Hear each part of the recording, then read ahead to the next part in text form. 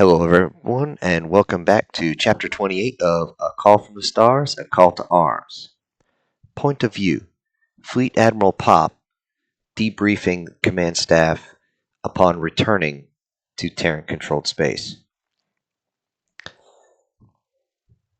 As you all know, we have finished up capitulation with the enemy forces on their home planet, and I'm going to keep this as brief as possible, and I do ask that you keep all questions to the end if there are any. That being said, I am going to very lightly go across this as we have very much work to do. As you know, when we jumped into space, my initial report said that we were outnumbered approximately 15 to 1. That is not completely accurate. It was 17 to 1 once everything was counted up. This shouldn't have been a problem considering our weapons can outrange the enemy. However, they had gotten smart and are far more adaptive than we gave them credit for. However, not nearly as adaptive as human, but still adaptive. They use the mobility of their ships to get in close, and when all is said and done, at the end of the battle, we are looking at around 12% total loss of equipment and 18% total loss of personnel. At least for our fleets. However, the enemy ships are looking at a 91% overall loss. They do have some ships, however, anything beyond their home planet and the territory we've taken, we are not able to calculate. This is to be of note that we should be sending out any type of recon ships at all possible, as you know, I have put out several times, we do not trust the enemy to keep their word. That being said, on the ground it was even worse. For our ground troops to even make it, our dropships had to zigzag between the enemy ships firing on them. As of now, we are down over 60%. Last count, 63% of our dropships are either completely lost or will take approximately 6 months to be operational again. That being said, we were still able to get our corvettes close enough to drop our troops, and there was an 11% loss on the drop itself. Once on the ground, personnel losses were up around 40% of personnel on the ground, and unfortunately it stayed there until the holdover, until the incident I will be discussing. Before that, it is of note that we lost over 50% of our ground-based vehicles, artillery platforms, and so on.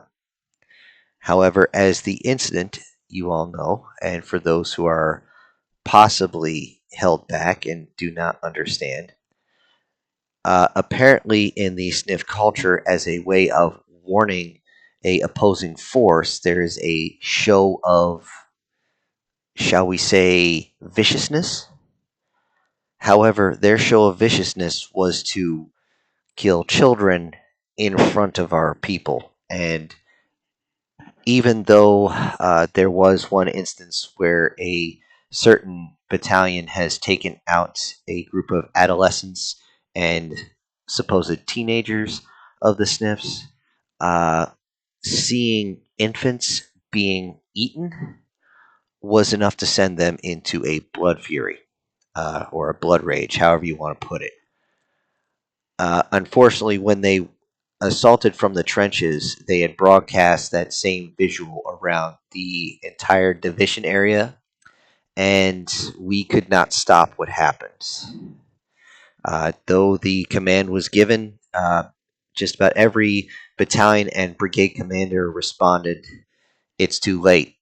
The the flood has already begun," or something along those lines. I only laugh because some of the responses I received were quite colorful.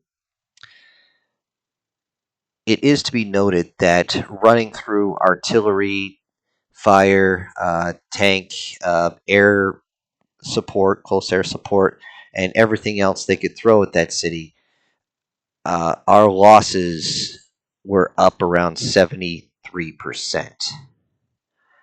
The final reports are just coming in now, and I will not know that for another 48 hours. However, it is to be noted that they did take the city, but it cost us in a lot of personnel.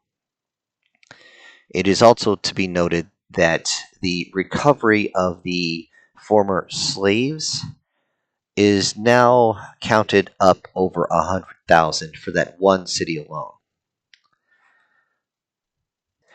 As you'll see on the reports, we have already started to transfer the former prisoners back to their homeworlds if the homeworld is under our control.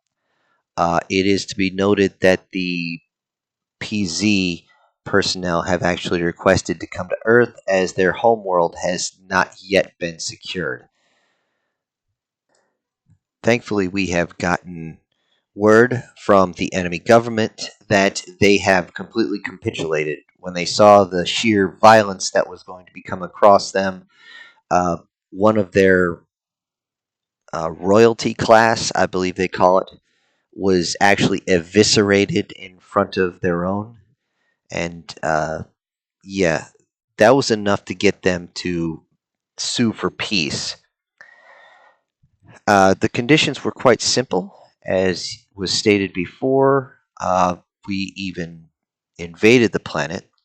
They are to stay away from any and all human settlements, along with those under our care, allies, and they are to return any enslaved races to their homeworlds, and their homeworlds will be placed under human protection. They are to follow this rule to the letter, and they will no longer be hunted. They can keep the rest of their territory if they so desire. However, at least 3 different galaxies have been requisitioned by our supply units, as they are extremely rich in ores, metals, gases, and things of that nature that we, well, quite frankly, require if we wish to rebuild our forces.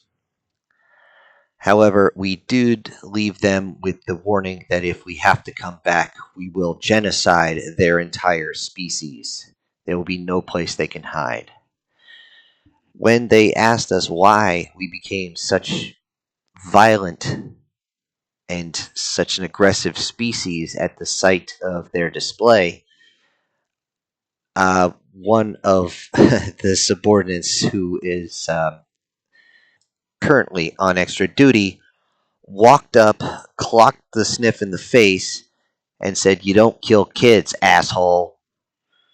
They still looked at us weird, as is still part of their culture, and slaves to them are still slaves. This concludes my briefing on this subject. However, I do need to speak separately on the subject of relocation, as we found out that there's more than just 2 or 3 slave species. We have sent one shuttle to the corner of our former friend space in order to pick up a few of theirs that we found. Unfortunately, we only found a few. Most were, well, eaten.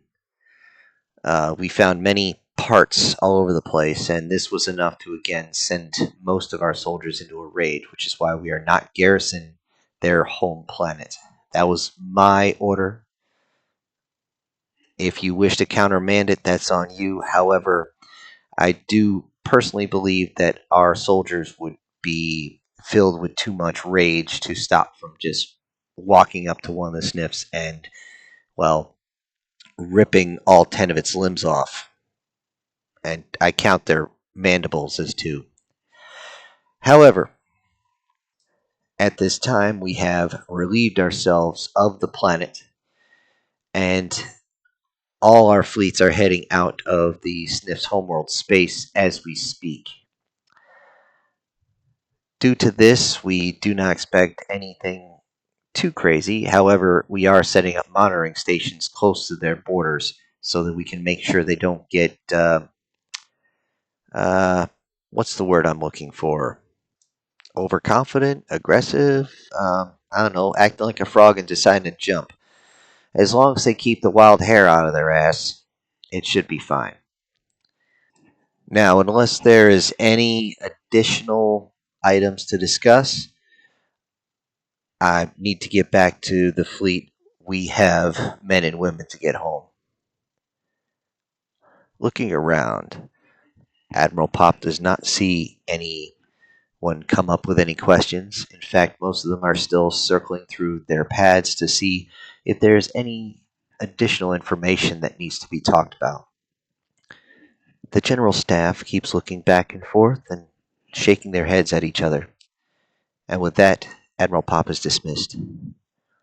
Walking down the corridor, he goes back to his ship.